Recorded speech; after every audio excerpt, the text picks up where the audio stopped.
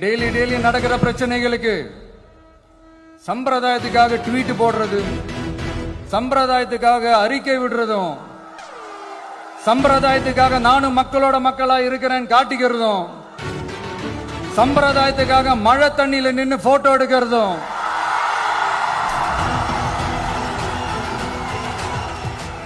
எனக்கு அதுல கொஞ்சம் கூட உடன்பாடே இல்ல.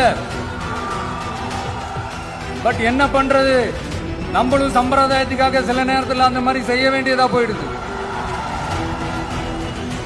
அதாவது என்ன சொல்ல வரேன்னா, மக்களோட உரிமைகளுக்காகவும் அவங்களோட உணர்வு பூர்வமாக இருக்கணும்.